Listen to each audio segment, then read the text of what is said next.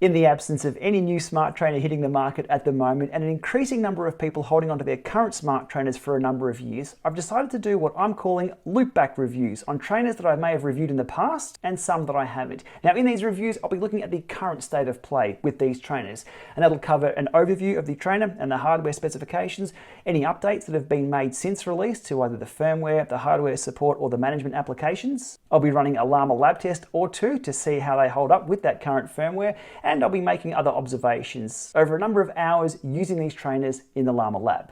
Follow-up reviews like this may be useful for existing owners of the smart trainers that I'm looking at to see how they stack up in the Lama Lab with the latest updates. Maybe if you're buying second-hand from someone who's selling their smart trainer to understand what you're getting into, or maybe these videos just serve as a warning to keep well away from the trainer that's for sale on that Facebook ad. First cab off the rank, the TACX Flux 2 Smart. Now this trainer was first announced in 2018, it was on sale in 2019, and in early 2020 it was silently refreshed by TACX, but retained the name Flux 2, so it's kind of hard to tell which one's which. The newer version is often referred to as the TACX Flux 2.1, and that's the version that is on the shelf if you were to purchase new at this point in time. The updates to that model, compared to the one that I'm reviewing today, is that it has native through-axle support. So you have the through-axle on your bike and you put it, that's a pen, but you know what I'm talking about. It doesn't use this hokey quick-release adapter, which is the one that I have. And it has some redesigned internals for it to have better resistance control. And you'll see in a moment in the Lama Lab tests why better resistance control is a necessary upgrade to this unit that I'm reviewing today. Quickly covering the technical specifications of this unit. Direct drive smart trainer, so rear wheel comes off, bike goes on. Compatibility is across the board. Quick release 130, 135, through-axle 142 and 148 with this hokey pokey adapter. As I mentioned just before, the Flux 2.1 has the native through-axle support, which is a much better solution. The free hub it comes with is the Shimano SRAM Hyperglide compatible free hub with no cassette supplied, so you'll need to supply your own. No rear pivoting axle, which is an attribute I guess we now have to look into for trainers, which means no Elite riser compatibility or any other device that goes up and down on the front. Wireless protocols, both ANT+ and Bluetooth. You'll get FEC and FTMS compatibility with that, so up to date with all the current standards on any platform. The data you'll get over both ANT+ and Bluetooth from this trainer is power and cadence. You'll get up to 2,000 watts of power if you can crank that out. Power accuracy plus or minus 2.5%, putting it outside the range of accuracy requirements for Zwift Pro level racing. Not unexpected for a mid-range trainer. Calibration is done via a spin down, max gradient 16%, flywheel 7.6 kilos, which is a little heavier than the Flux 1 and the Flux S, and that does have a big positive impact on the ride feel, which I'll discuss a little later. Noise level, the thing's quiet, but not silent. The power source is via a mains power with no power pack required. It's kind of handy. You plug it into the wall, into the unit, and you are done. No power packs to get confused with. Firmware upgradable via their app, and price upon release, US $899, and in Australia it was just under $1,200. These have been seen on discount and including the updated version, which is the Flux 2.1. The latest firmware update for the original TACX Flux 2 was released in April 2020, and that's version 3.3.40/1.1.6. And the updates within that update included FTMS compatibility, improved cadence, power stability, and power accuracy. Now, one thing to note is the TACX Util app, which we've always used in the past for TACX trainers, has been replaced by the TACX Training app. You'll get a little notification if you're trying to use the TACX Util app to update your trainer. You can skip that little warning box and continue on. Best not do that though. I did try and upgrade the firmware with the older app and that failed dismally. I needed to then jump over to the TACX Training app, connect to the trainer, wait for it to reboot and sort itself out, and then do the firmware update.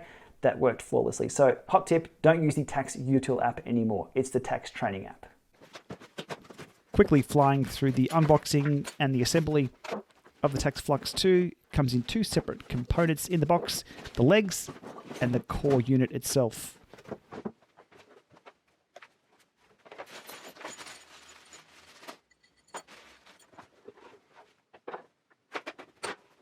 Just the two bolts required on the underside of the unit, and the hex wrench or Allen key is supplied with the unit.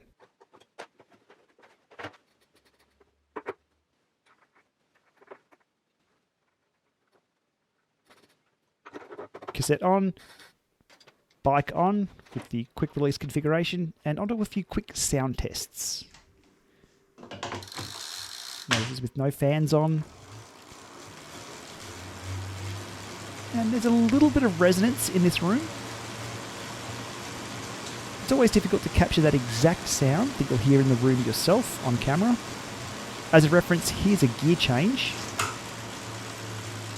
You can hear the gear changes quite clearly above and beyond that trainer and the free hub noise. So not silent, but definitely not a loud trainer either.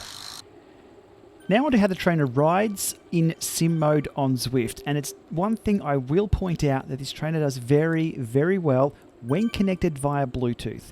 Now here I am on Titans Grove, which is known for its up and down roller coaster terrain. And the experience on this was absolutely brilliant using Bluetooth. Now why I say using Bluetooth only, because with Out Plus FEC it was a little laggier with these sim gradients. And you'll see here as I roll down, and as soon as that gradient kicks up a little bit, the resistance kicks in and the power numbers go straight up. No delay, no lag. Again, over the top of this, resistance lets go right here, and then kicks in right there again as the gradient goes up on the road. Now, if you're using Out Plus FEC, it's a little slower, a little laggier on the road, so you'll be already into the transition on the tarmac before you feel that resistance kick back. So, full credit to this trainer for doing very, very well in sim mode over Bluetooth. And with that, in conjunction with the larger flywheel and the better gearing feel of this trainer compared to the Flux 1 and the Flux S, this gets a pretty high rating in my books for sim mode within Zwift.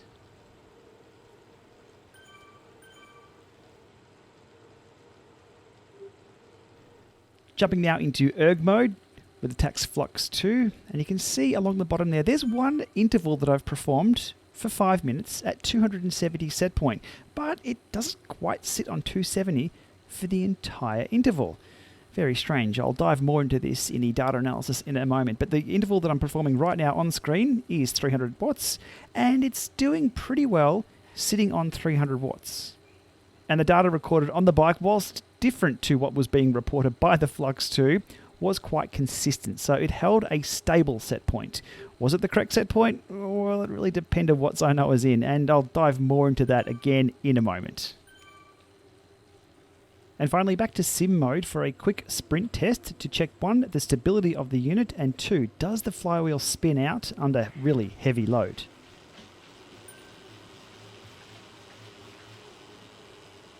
Although that was a short sprint, it does get a pass in my book. It pushed back a lot of resistance, and I did not spin that thing out. I just didn't have enough legs to keep turning it over at those watts. Now to dive into the data analysis side of things with the Flux 2 up against the Asioma Duos and the Power to Max NGeco over 7 hours of riding indoors this week using both Zwift and Trainer Road as the trainer control. Now what I'm looking for in this testing and analysis is the trainer accurate within manufacturer's specifications, give or take a little bit at very, very slow flywheel speeds and very, very high flywheel speeds where most trainers really do fall apart for accuracy.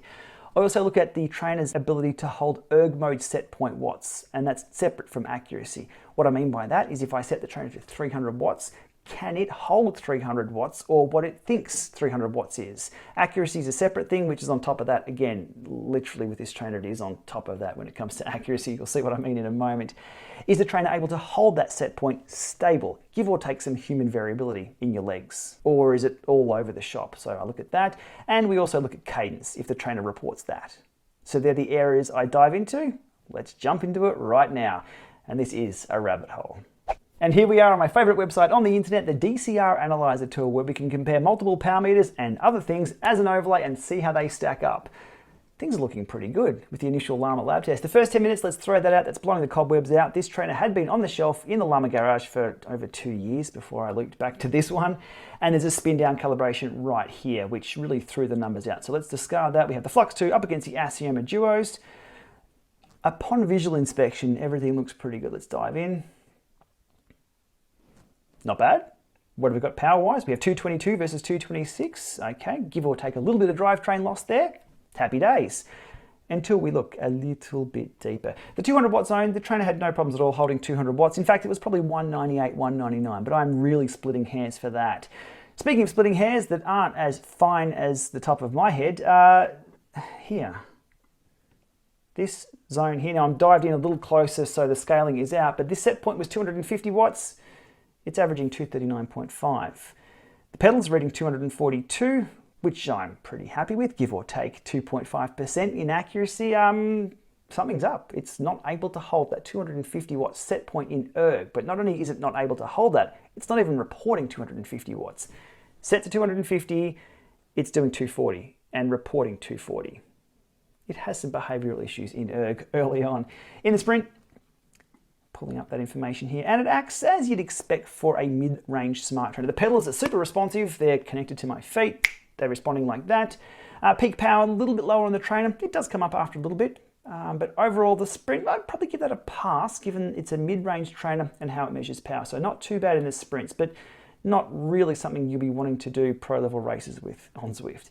Into the overs and unders, 20 seconds on, 20 seconds off. Again, only up against the Asioma Duos. Asioma Duos, again, a little spikier because they're measuring almost instantly the power I'm putting down on the pedals. The trainer taking a little bit to come up and still reporting a little bit under power-wise there. So especially kicking up to 450 watts. It does apply the resistance, probably a little bit too much because I am kicking over 450 for that on average. Again, not too bad for a mid-level trainer, but the higher we get with power zones, the further it's out with power accuracy. Next up is onto the flywheel speed test. Now, this is an interesting one. This part of the Lama Lab Test is designed for trainers to fail, and sometimes that's okay. The first test here is with the very, very slow flywheel speed. So this bike has a 39.28 on the back, so very, very slow flywheel speed. The set point for this section through here is 225 watts for the entire 4.5 minutes. And things do change based on the flywheel speed. So early on, it sort of dips down and comes back up as it stabilizes over the 90 seconds with the Asioma Duos. And we have a split there of around 15 watts or so through this section here. The trainer believes it's doing 225 watts. It's reporting 225 watts, so that's a good thing, but the actual power it's making me do is a little higher. Spinning up the flywheel speed, a little higher again, 53, probably 21 on the back, I think. And again, that separation is still there, but the trainer still thinks it's holding 225. Still not the best. And then finally spinning the trainer right up into the 53.11, and the set point goes out the window. It's set to 225 and it's reporting 269, 270. And the power that I'm actually doing on the pedals is a little lower. Now at that speed, there's a lot of vibrations happening. There's just a little bit of imbalance in the flywheel. So there's vibrations happening through the bike. It's chaotic. It's really an edge case for using a trainer. You should never use erg mode in the 53.11. Things don't look too pretty, but it's not too bad. It's not 50 to 60 to 70 watts out anyway. Finally into a short little kick, which I guess replicates an attack in a race, and the trainer again reporting just a little bit under. By a little bit here, we're looking at what, nearly 45 to 50 watts under. Right when it matters, right when you're going really hard, you just need to hold that wheel, the trainer's not reporting what you're really doing on the pedals.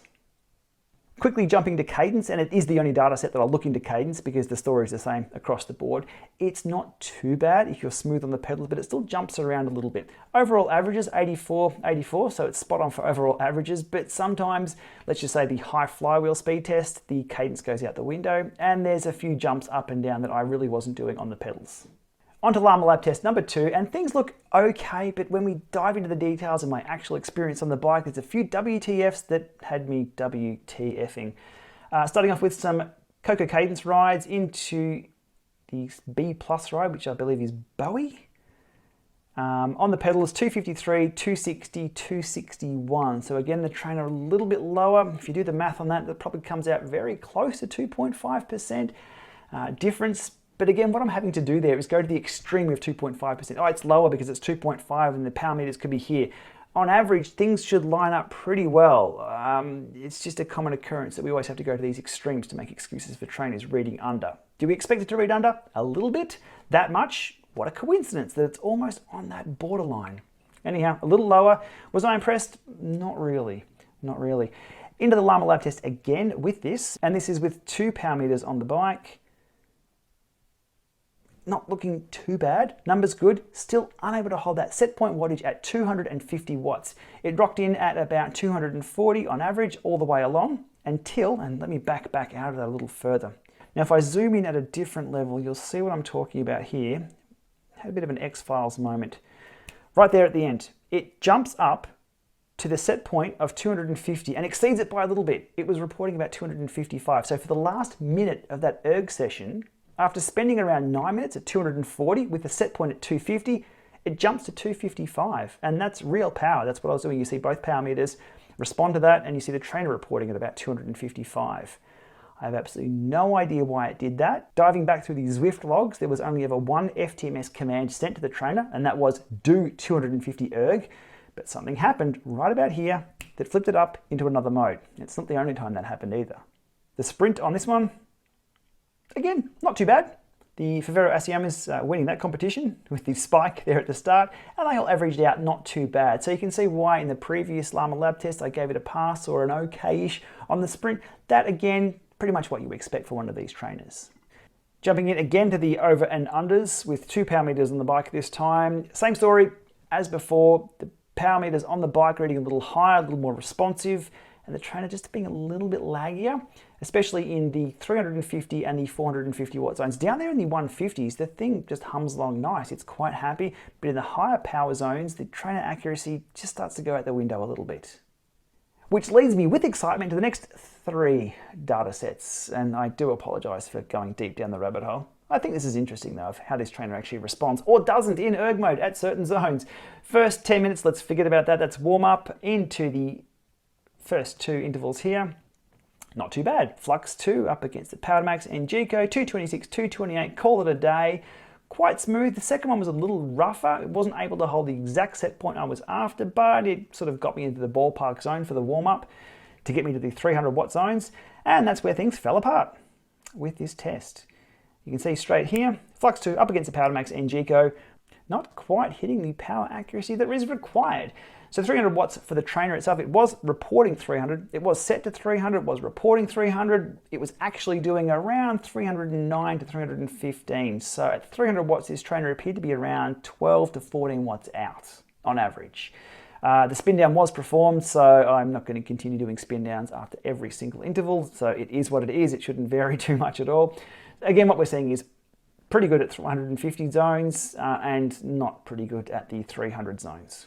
So I soldiered on through that session, doing more power than was actually being recorded on Zwift because I had the trainer as control. And surprise, surprise, the trainer completely blew up and stopped working. And you'll see that right here. No amp plus, no Bluetooth, lights flashing on the unit, nothing connected. Power meter on the bike working just fine. I don't know what happened. There was no smoke, there was no smell, so I didn't completely blow it up. I had to power cycle the unit off, power it back on, and then things came back alive. So strike 1 for unhappy Lama for that. The trainer just failed to work. After that, just riding along, and so on average, overall, at that lower zone, not too bad after that, but definitely not a pass mark at the 300 watt erg, and definitely not a pass mark with the trainer just failing to transmit Bluetooth and amp plus for whatever reason. Almost done, we're on to data set number 4, 5x5s with an extra interval at the end because I was angry and I was doing some power match testing. Again, with the power and the smart controller paired to the Flux 2, everything's looking good, kind of. Wasn't quite able to hold the set point of 270 until about halfway through this interval where it did that magic step up again. But not only did it step up, it stepped further. The unit then held 280 or 279 watts for 2.5 minutes of that 5-minute interval. Again, going back through the Zwift logs, the only command sent to the trainer was do erg at 270. This trainer, with its behavioural problems in erg, decided to do its own thing for the rest of that interval after the halfway mark. Down to the 150s, all looking good, up into the 300s, exactly what we saw before. I'll dive in a little closer to all of these. Here we go. And the power offset, about the same again. So it thought it was doing 300, it wasn't doing 300, it was doing around 300 and, well, 319, 320 for that section through there.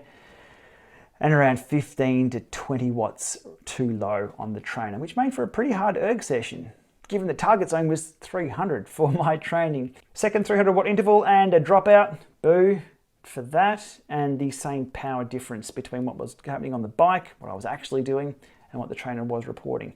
Now before the next 5-minute interval you see on the screen with another power dropout, there I stopped and did power matching on Zwift to the power to max. That was now the power source, with the Flux 2 being the controllable trainer, so the power accuracy just shouldn't matter, and it didn't. It brought it down to 300 watts on the pedals, or on the Spider, I guess, that's where the Powder Max is, and it was all happy days. And as expected, the trainer reporting around 12 to 15 watts lower than 300 watts, which is consistent with what it's doing in that zone. Okay, jumping back out, and the last interval there that I did was power matching with the Asioma Duo. So this trainer using power match with the power meter on the bike works quite well, quite smooth. The power numbers it's reporting though are just something else. And finally, a short sprint and some just riding along after that workout are done, and it kind of missed the peak on that, but that was a very, very short sprint, so I won't deduct too many points from that. So that's 4 data sets indicating this trainer that I had in the Lama Lab had behavioural issues within Zwift. Was it erg? Was it FTMS? Was it Zwift's implementation of those? Let's put that aside and load Trainer Road to find out. I loaded the Jefferson workout, and I really don't even need to go through the data. It's exactly the same thing as what we're seeing on Zwift. That offset at about 300 watts was exactly the same, and at the lower zones it was pretty good. So yeah, can't quite put my finger on this trainer. It's definitely not one of these, just scale it up a little bit and problem solved. As you can see there, it's just inaccurate across different zones. But good to know it wasn't isolated to just Zwift. It's pretty much everything. Alrighty, extracting ourselves from that rabbit hole of data, which was, I must admit, only the tip of the iceberg of what I was digging into with that whole 7 hours of data and looking at the log files, and the conclusion was it wasn't really that great. But onto the pros and cons of this trainer, because there were some pros. I did have to search high and low for these days, but the ride feel is good. On the pedals, turning the cranks over, I could get my workouts done. Swapping from the, say, the SB20, the Kicker Bike, the Kicker 5, the Tax Neo 2T, which I can get my workouts done, no worries. Some trainers, I just put them aside. They just feel like absolute crap. This was actually pretty good. Much better than the Flux 1, much better than the Flux S. So there's a tick there. The unit is relatively quiet, so you're not going to be waking up your neighbours or your small children sleeping in the next room. It's great in sim and erg response mode with Bluetooth. As you saw early on Zwift, using Bluetooth, those hills really kicked in really fast, and without the 3-second averaging on screen, it was really punchy. So that was a good thing. And whilst I'm grabbing at straws of what's good with this unit, it does work well with the power meter on the bike used for the power source. But that's going to cost you more money, and you may max out your Apple TV Bluetooth connections if you're pairing a separate trainer, a separate power meter, and a separate heart rate monitor. Game over if you're using the Apple TV for that. On to the cons. This is an easy list to get through. The erg mode performance, that was pretty horrible. Wasn't hitting the set point wattage in a number of the zones that I needed to. It was smooth, but it just wasn't accurate, nor was it precise, nor was it what I expected from this trainer. The accuracy from the power itself just wasn't consistent. The 100s, 200s wasn't too bad, 250 out the window, 300, don't even worry about it. It was well outside that 2.5%. No guesses why these trainers aren't marked as pro-level racing devices for Zwift. Amp Plus and Bluetooth crashing, well, what do I say? Trainers shouldn't just shut down, requiring a reboot halfway through, so that was a little concerning. Now, I was connected via Bluetooth and Amp Plus at the same time. That's not really unexpected, and it's not really any different to how I treat other trainers. This one had a mind of its own and decided to go to sleep through 2 of those sessions. The legs don't fold in, the unit is heavy, and there's no handle to move it. So it's kind of awkward, and you possibly stub your toe on this if you're not packing it away in smaller areas. Now, I don't expect perfection from mid-level trainers, but what I do expect is to at least match the specifications written on the side of the box. And the unit that I tested this week didn't do that. I gave it every opportunity to meet those expectations and those specifications across multiple rides in multiple tests using multiple software platforms. It didn't. It simply didn't. And because of that, it's very difficult to give this trainer a pass mark when it behaves as it did in the Lama Lab. And on that low note, I'm going to have to leave it there for today. Thanks for coming along for this one. It has been a bit of fun looping back to this trainer, which didn't quite meet my expectations and really didn't meet what was printed on the side of the box either. Is the 2.1 any better? All indications are maybe not. But if I can get a hold of one, I'll put it in a loop back review. Thanks for watching.